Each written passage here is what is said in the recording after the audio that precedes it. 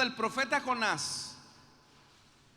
Libro del profeta Jonás, capítulo número 3.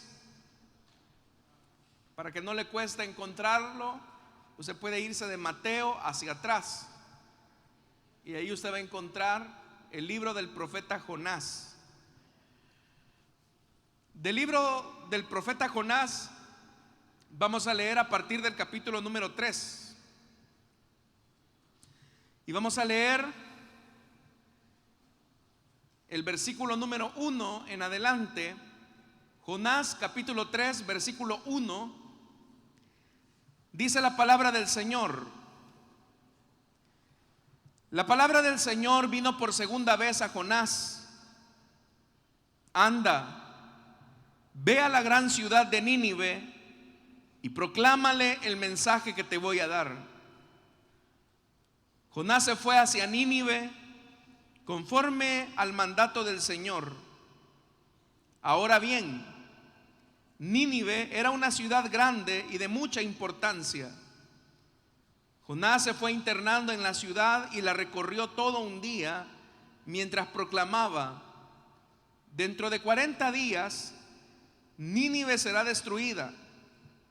Y los ninivitas le creyeron a Dios, proclamaron ayuno y desde el mayor hasta el menor se vistieron de luto en señal de arrepentimiento. Cuando el rey de Nínive se enteró del mensaje, se levantó de su trono, se quitó su manto real, hizo duelo y se cubrió de ceniza. Luego mandó que se pregonara en Nínive, por decreto del rey y de su corte: ninguna persona o animal, ni ganado lanar o vacuno, probará alimento alguno, ni tampoco pastará, ni beberá agua. Al contrario, el rey ordena que toda persona junto con sus animales haga duelo y clame a Dios con todas sus fuerzas. Ordena asimismo que cada uno se convierta de su mal camino y de sus hechos violentos. ¿Quién sabe?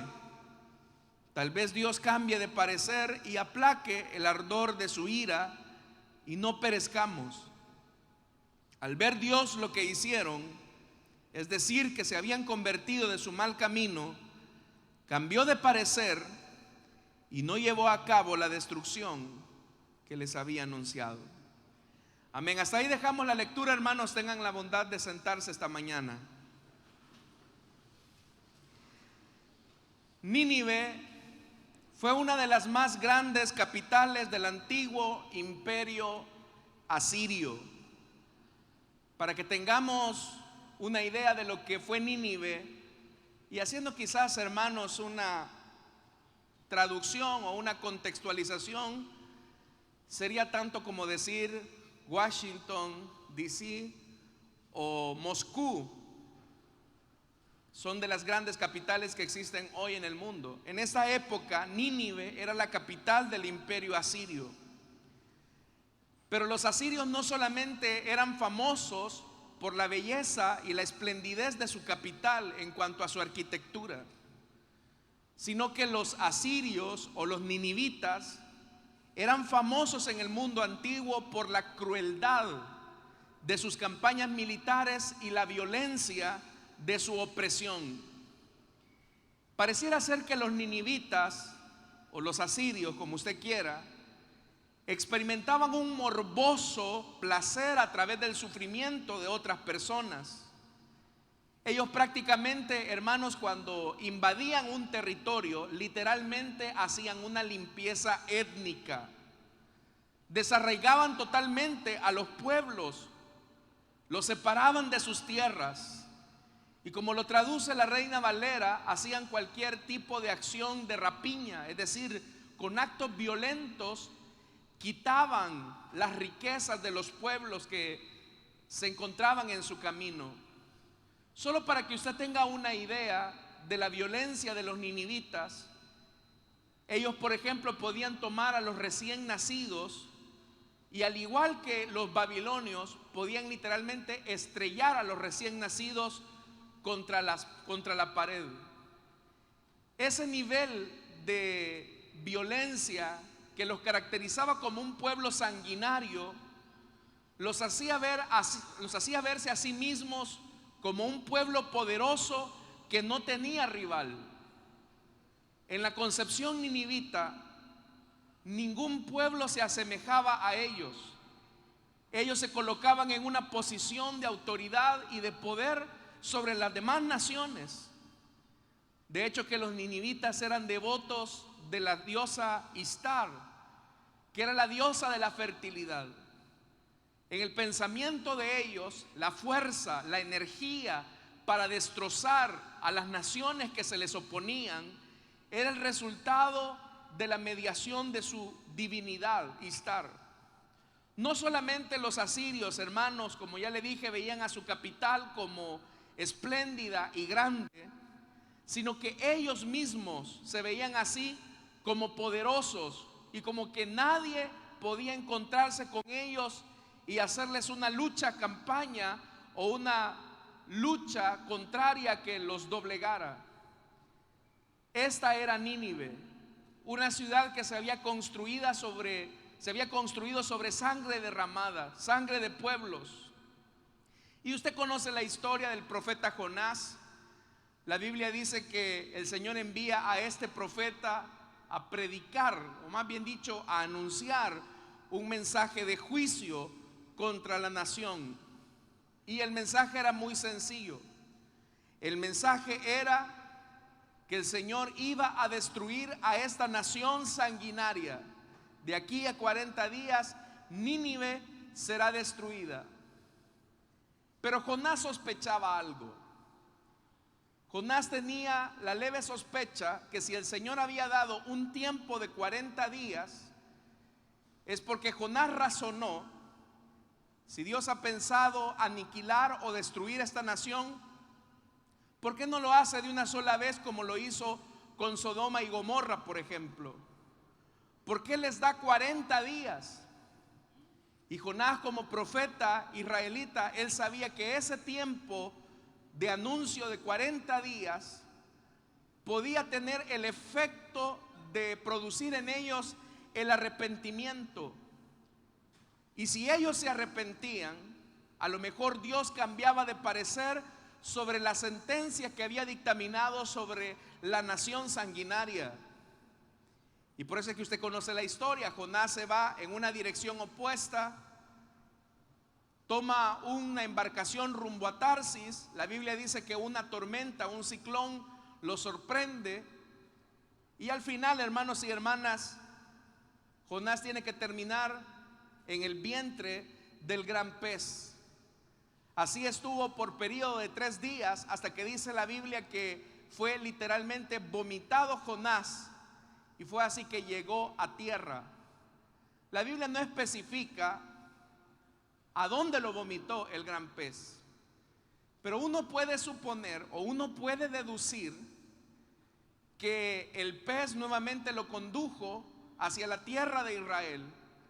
Y la razón de esto es porque en el versículo 1 del capítulo 3 dice: vino palabra del Señor por segunda vez a Jonás diciendo: levántate y ve a Nínive, aquella gran ciudad, y proclama en ella el mensaje que yo te diré. Si el Señor le está ordenando por segunda vez a Jonás que vaya a Nínive, es porque no se encontraba en Nínive, sino porque se encontraba seguramente en la tierra de Israel. Pero este Jonás, que va por segunda vez, o que va a ir por segunda vez a Nínive a cumplir la tarea que no desarrolló bien la primera vez, ya nos dice algo, hermanos y hermanas. Y es que el Señor espera que nosotros cumplamos aquella tarea que nos ha sido asignada. En Dios, hermanos y hermanas, tenemos que entender que aquello que no hacemos bien lo vamos a tener que volver a repetir las veces que sean necesarias. Si la primera vez Jonás fracasó en la misión y él pensó: bueno, me vomitó el pez, Dios tuvo misericordia de mí, me regreso a la tierra y me hago el desentendido, Jonás no se puso a pensar que Dios nuevamente lo iba a colocar en la misma posición de salida como la primera vez. Por eso es que es importante que nosotros entendamos que con Dios no podemos andar jugando. Si no cumplimos bien la tarea, la misión que nos fue encomendada la primera vez y fracasamos, Dios nuevamente nos va a colocar en la misma posición de salida una y otra vez. Se lo voy a decir en palabras más sencillas. No podemos llevar materias chineadas, como dicen los universitarios, en la universidad de Dios. Tenemos que sacar con excelencia la prueba que Dios nos ha asignado. Y Jonás, hermanos y hermanas, fue diligente, porque dice el versículo 3, aquí Jonás ya no va en dirección hacia Tarsis, vea, Jonás se fue hacia Nínive conforme al mandato del Señor. Jonás entendió, dijo, bueno, si no quiero pasar la misma experiencia que tuve la primera vez, me corresponde entonces volver a ir a Nínive, esa ciudad grande, sanguinaria, violenta. Otra vez voy a tener que ir. Lo que no hice bien la primera vez, lo voy a hacer esta segunda vez, pero lo voy a hacer bien. Ahora quiero que piense por eso en un momento. ¿Cuáles eran las cicatrices que Jonás llevaba en su cuerpo del primer fracaso? Porque si Jonás estuvo en el vientre del gran pez, obviamente que Jonás tuvo que verse envuelto en los ácidos gástricos de aquel pez. Seguramente en su cuerpo, no lo sabemos, había algún tipo de lesión, algún tipo de evidencia que señalaba que Jonás había sido una persona que había tenido que enfrentar una situación tan difícil al interior de aquel gran pez. Seguramente una fractura, alguna herida, alguna cicatriz, no lo sabemos. Tal vez los jugos gástricos de alguna manera dejaron marcas en su piel, no lo sabemos. Pero lo que sí era cierto era que la gente sabía que Jonás no la había pasado bien. Ahora Jonás, con todas esas cicatrices en su cuerpo, cicatrices de su desobediencia, van a servir como testimonio en la tierra de Nínive.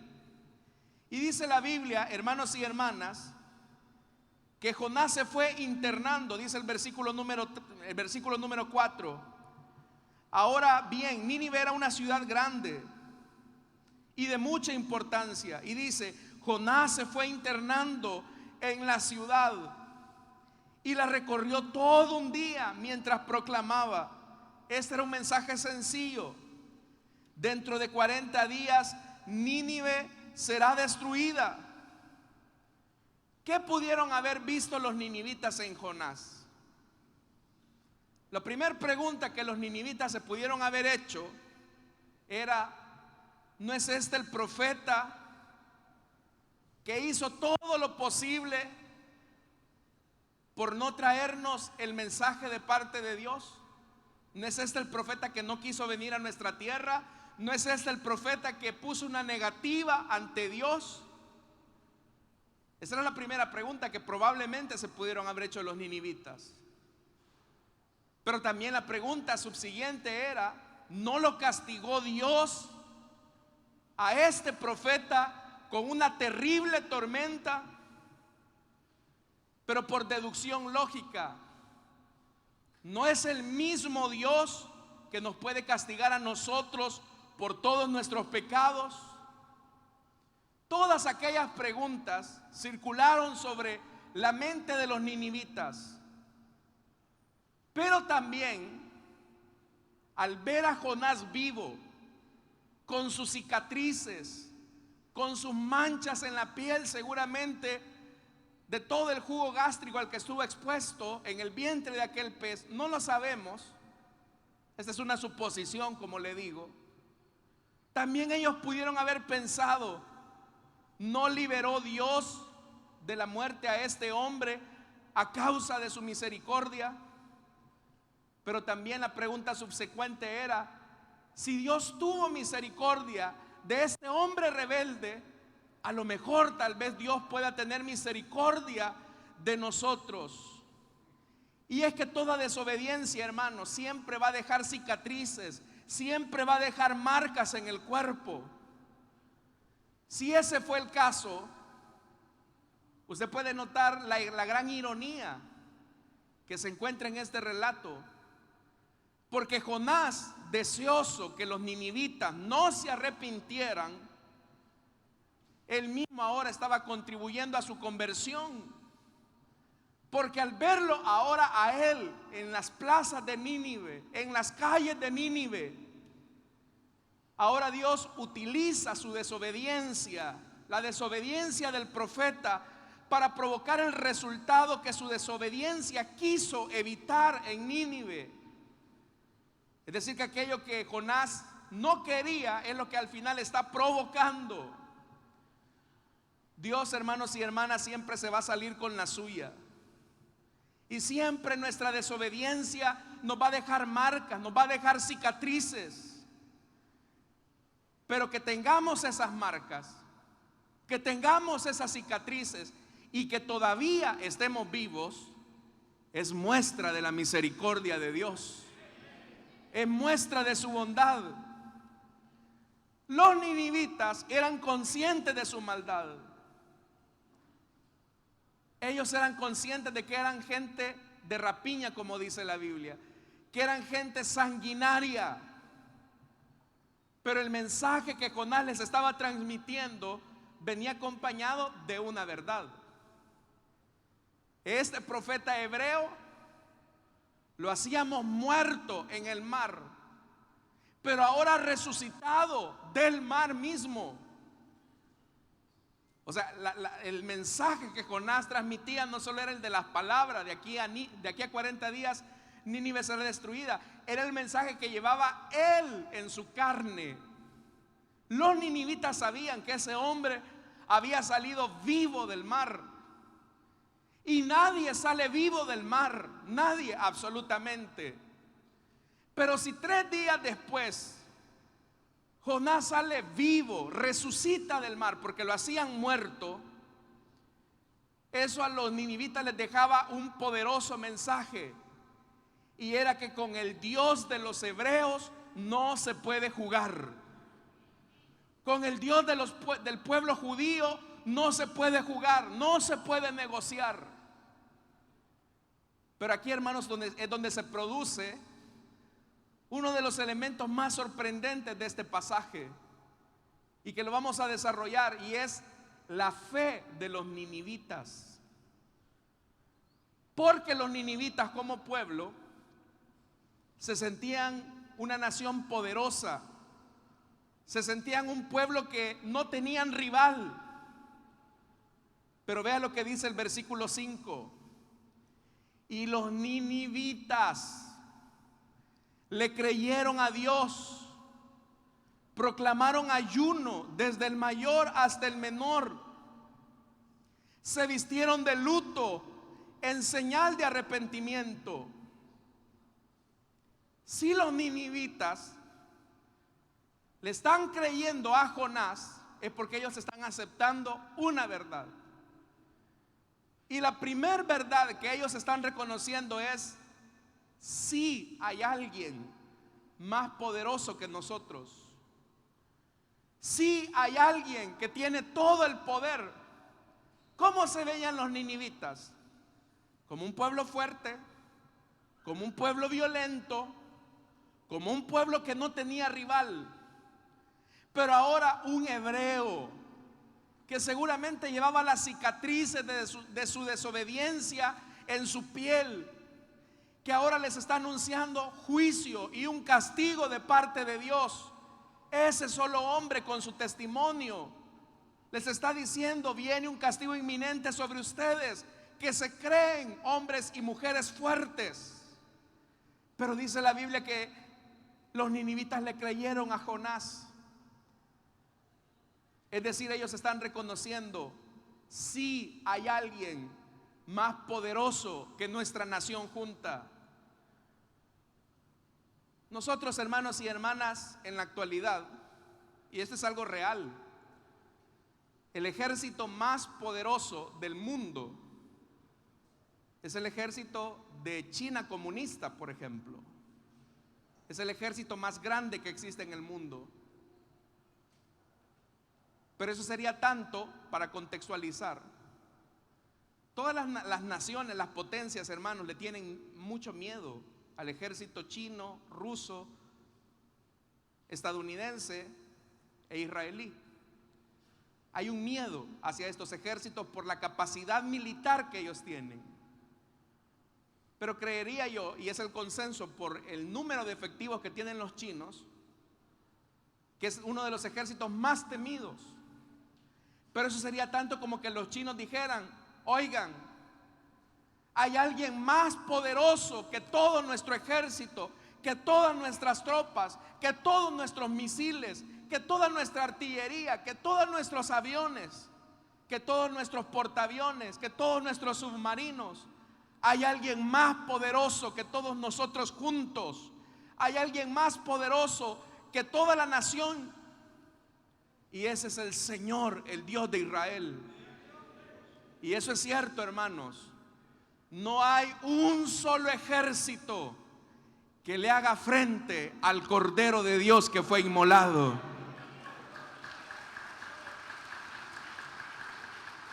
A esa verdad es a la que llegaron los ninivitas, que se consideraban fuertes. Fue la verdad que no quiso aceptar Faraón con los egipcios cuando Moisés se presentó en la corte de Faraón. Para que hagamos una comparación paralela, cuando Moisés se presentó frente a Faraón, él dijo: deja ir libre a mi pueblo. ¿Y quién dice? Dijo Faraón. Solo porque tú me lo estás diciendo. No, a mí el Señor me ha mandado. Y viene Faraón y pregunta: ¿y quién es ese Dios para que yo lo obedezca? Y el Señor le tuvo que demostrar a Faraón quién era el Dios de los hebreos. Pero eso que a Faraón le costó la ruina de Egipto, ahora los ninivitas como nación están reconociendo: sí, hay alguien más poderoso que nosotros. Es verdad que la fama que tenemos en el mundo es que somos una nación fuerte, violenta, sanguinaria, que tenemos la mejor estrategia militar, pero con el Dios de los hebreos no se puede jugar. Y por eso, hermanos y hermanas, es que dice la segunda parte de ese versículo 5: proclamaron ayuno, y desde el mayor hasta el menor se vistieron de luto en señal de arrepentimiento. Esto es importante porque los antiguos veían en la comida y en el vestir elementos apropiados para expresar diversos sentimientos. Entendían, por ejemplo, hermanos, que si los eventos alegres de la vida, como los nacimientos, las bodas, los logros sociales o las victorias militares, estos debían de ir acompañados por banquetes, por ropas espléndidas. Pero también ellos entendían algo: que en los momentos tristes de la vida, como la muerte, las derrotas, los fracasos, los pecados, estos también debían de ir acompañados por el ayuno, por la ropa tosca y pobre. Pero ¿sabe qué es lo interesante de este pasaje? Que este es el único episodio bíblico donde el ayuno está siendo practicado por un pueblo pagano, por un pueblo gentil, en señal de arrepentimiento. Pero ¿por qué toda la nación se articula y dice: vamos a ayunar, vamos a ponernos ropas toscas, ropas pobres? Porque ellos están reconociendo que ellos eran merecedores del juicio divino y ahora se están humillando ante Dios. Y ahí hay un elemento importante: que si los ninivitas están reconociendo que no hay más grande y poderoso que el Dios de los hebreos, la actitud frente a ese Dios tiene que ser de humillación. La actitud frente a ese Dios tiene que ser de arrepentimiento. ¿Cuántos sabemos, hermanos y hermanas, que el Dios de Israel, el Dios de la iglesia, es el más poderoso, el único poderoso que existe en el universo? Lo sabemos. Entonces nuestra actitud debe de ser coherente.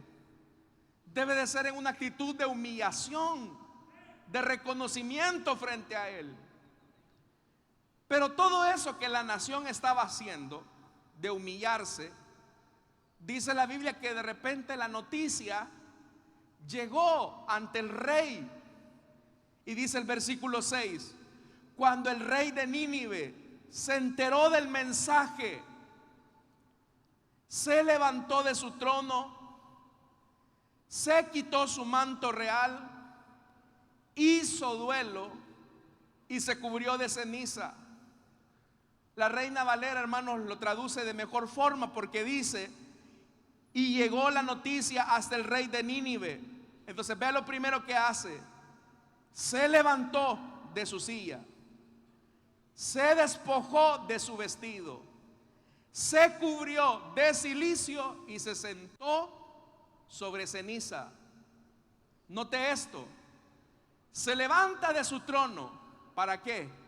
Para quitarse la ropa real y se pone ropa de duelo, ropa de cilicio, y se vuelve a sentar, pero no en su trono, sino que se sienta sobre ceniza, que es una práctica de humillación, es una práctica de duelo. La nación ha reconocido que el Dios de los hebreos es el más poderoso, es más poderoso que ellos.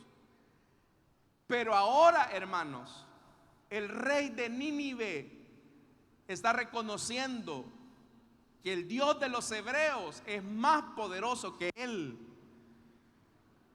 Lo que quiere decir que el rey no se aferró a su trono, sino que lo abandonó en señal de un primer paso en arrepentimiento.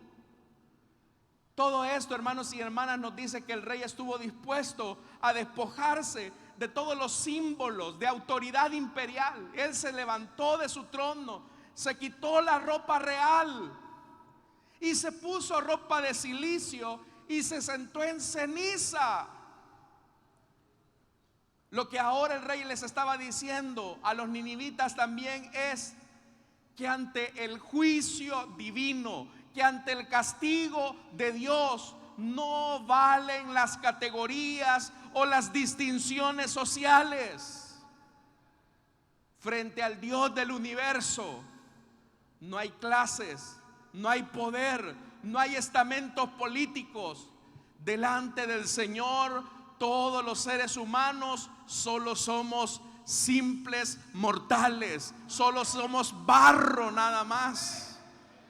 Eso es lo que el rey está diciendo al despojarse de su trono y de su ropa real, ante la denuncia que el rey de reyes está haciendo al rey de Nínive.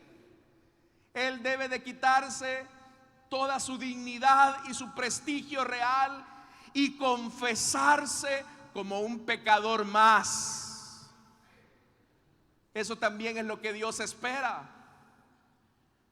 Porque si ahora el mismo rey de Nínive está diciendo: solo el Dios de los hebreos es un Dios todopoderoso, eso hablaba de la humillación de aquel hombre. Eso es interesante. ¿Sabe por qué? Porque los ninivitas y todo el pueblo, los pueblos de alrededor de Nínive, veían al emperador como un grande, como un poderoso.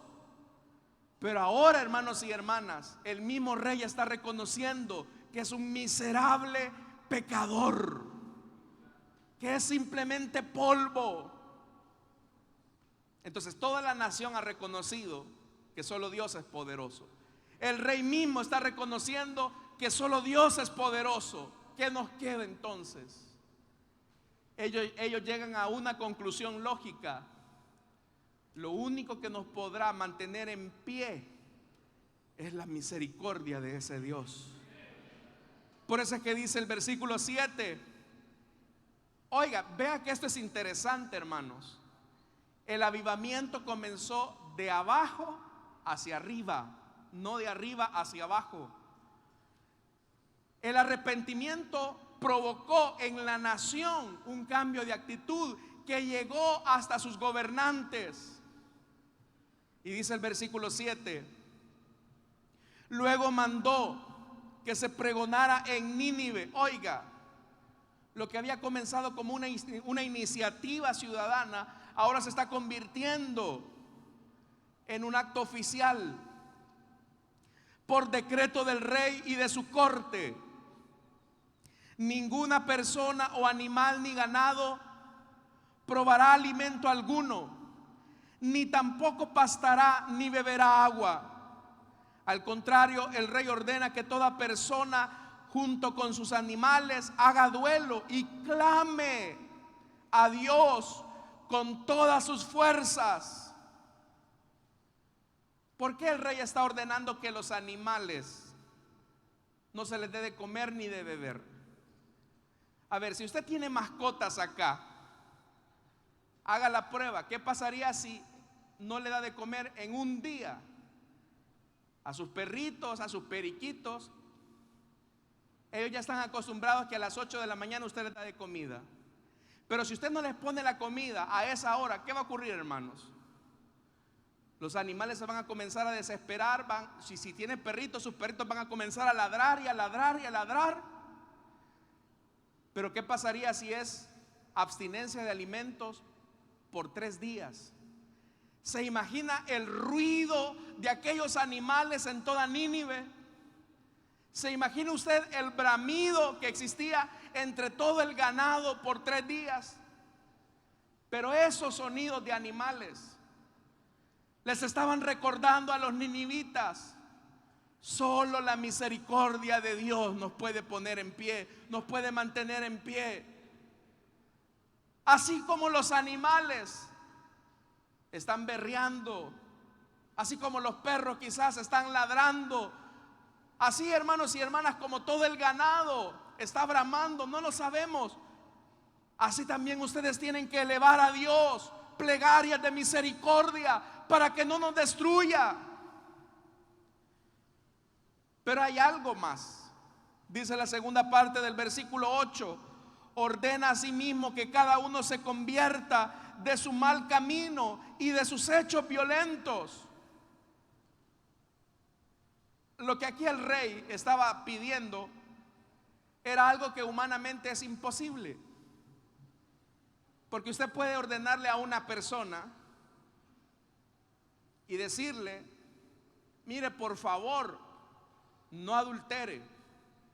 Pero ¿cómo controla la ley humana el adulterio del corazón, por ejemplo? La ley, por ejemplo, puede prohibir el asesinato. Pero ¿cómo prohíbe usted el enojo que se produce en el interior del ser humano?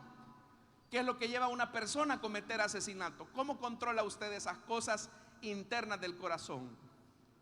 No hay edicto real que logre controlar esas cosas internas. No hay ley humana que logre cambiar el corazón de los hombres. Lo único que puede transformar la vida de un ser humano es que el ser humano se humille y se arrepienta delante de Dios. Solo Dios es capaz de cambiar la naturaleza del hombre, hermanos y hermanas. Solo el Señor. Ahora a los ninivitas solo les queda un camino, y es tirarse a la misericordia de Dios. Dejar en sus manos, en las manos de Dios, el desenlace de sus vidas. Si Dios quiere que estemos en pie, tendremos que humillarnos ante Él. Esto a nosotros nos deja una lección importante. Porque si usted reconoce que Dios es todopoderoso, es el único ser en su vida, la respuesta coherente a esa afirmación es la humillación frente a Dios. Es reconocer que somos pecadores y que solamente dependemos de su misericordia. ¿Quién será capaz, hermanos y hermanas, de estar en pie delante de un Dios que es eternamente santo y eternamente justo. Los únicos que podrán estar en pie delante de un Dios que es eternamente santo y eternamente justo son solo aquellos que se han humillado bajo la poderosa mano de Dios. Por eso es que Jesús dijo algo. Los habitantes de Nínive, dijo Jesús, se levantarán en el día del juicio contra esta generación y la condenarán, porque ellos se arrepintieron al escuchar la predicación de Jonás. Y aquí tienen ustedes a uno más grande que Jonás, dijo Jesús. Yo le vuelvo a preguntar algo. Para usted, ¿quién es Dios? Dios es todopoderoso, puede decir usted. Ok, y si Dios es todopoderoso, ¿por qué no se humilla delante de Él? ¿Por qué no reconoce que usted es pecador? ¿Por qué no reconoce y confiesa que Él es el único que sostiene su vida? Porque eso pasaba con Israel, que Israel de diente a labio decía: sí, el Señor es todopoderoso, pero seguían en una condición de orgullo, de soberbia, no se humillaban ante Él. Lo que podemos aprender entonces de la fe de los ninivitas es que ellos no solamente confesaron una idea o proclamaron un edicto, sino que actuaron conforme a la humillación a la que Dios los había conducido.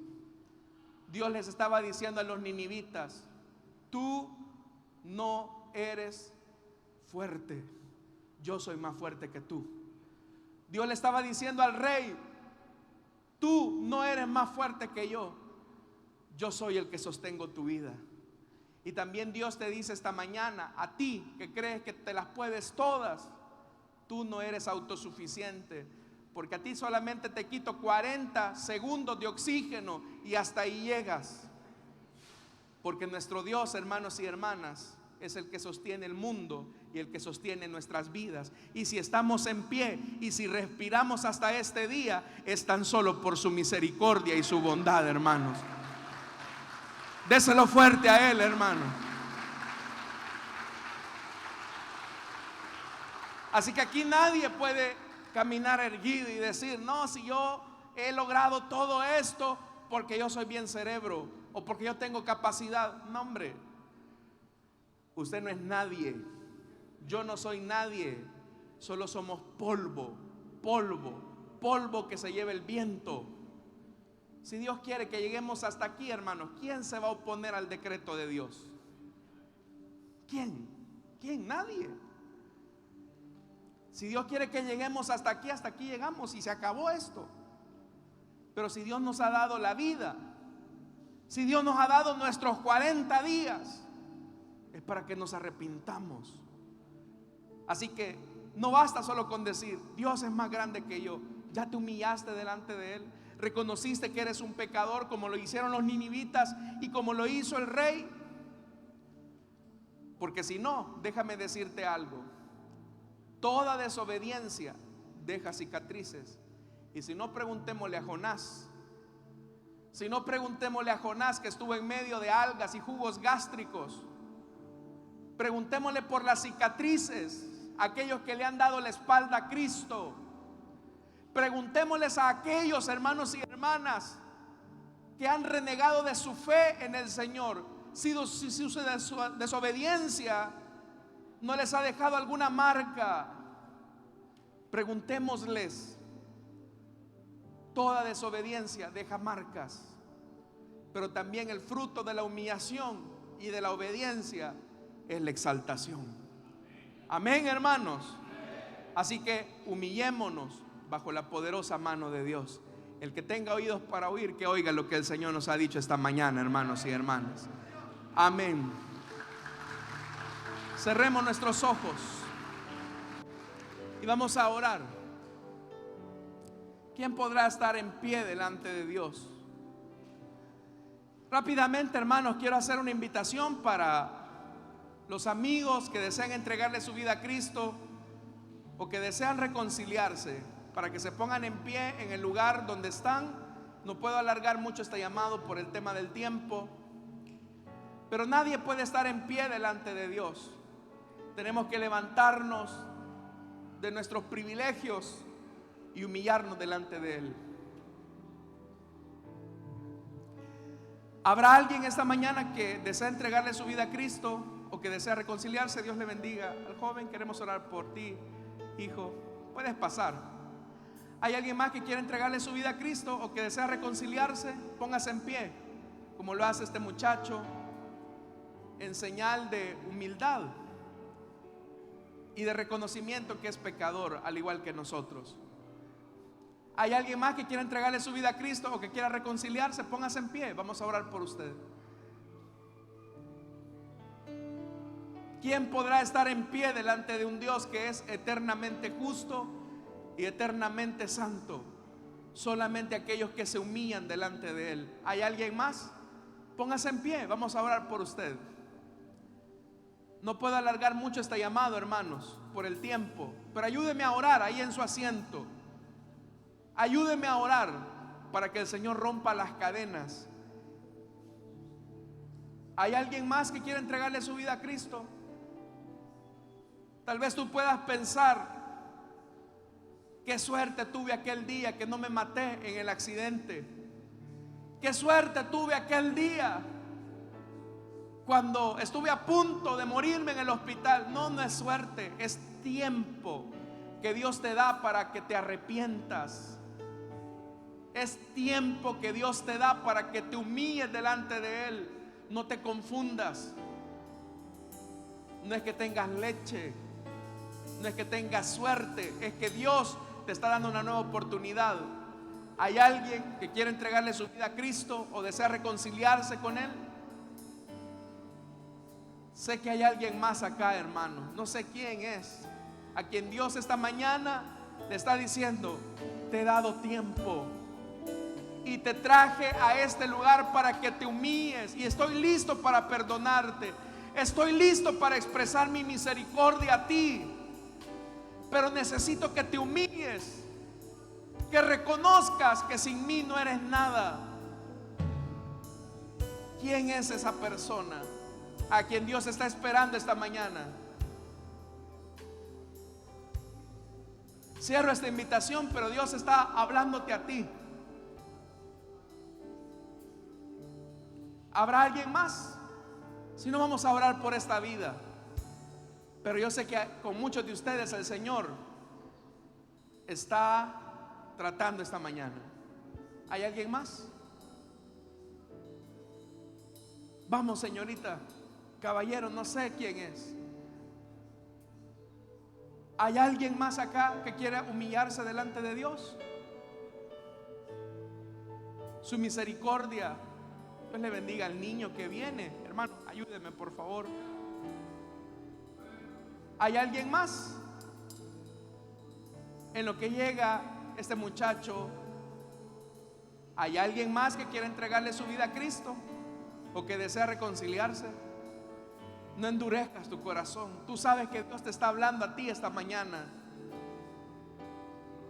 Hermano, usted le puede preguntar a la persona que tiene a su lado: tú sabes que Dios te está llamando. Tú sabes que el Señor está tratando contigo y Él espera que te humilles delante de Él. ¿Habrá alguien? Vamos a orar ya entonces por estas vidas. Oremos. Padre que estás en los cielos, Señor amado, te damos las gracias por estos muchachos que se humillan delante de ti y reconocen que son pecadores. Lávales en tu sangre bendita. Y ahora que reconocen, Señor, que solo tú eres Dios, ellos confiesan su pecado delante de ti, pero se aferran a tu misericordia, porque tú, Señor, les has concedido la bondad de tu perdón. Gracias, Señor, por tu Espíritu Santo que coloca la palabra en los corazones. Te alabamos y te bendecimos, porque eres bueno y misericordioso.